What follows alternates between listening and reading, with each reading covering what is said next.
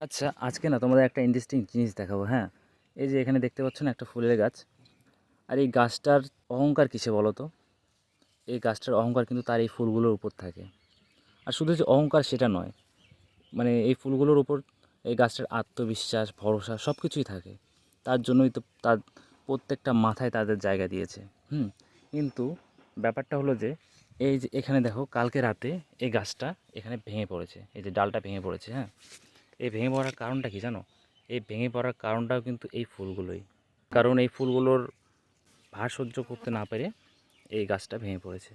শুধু যে গাছের তা নয়, আমাদের প্রত্যেকটা মানুষের জীবনেও এরকম হয় যে আমরা যাকে বেশি বিশ্বাস করি, যাকে বেশি ভরসা করি, যাকে নিয়ে বেশি অহংকার করি, ঠিক তার জন্য একদিন আমাদের জীবনটা এই গাছটার মতো করে ভেঙে ধ্বংস হয়ে যায়।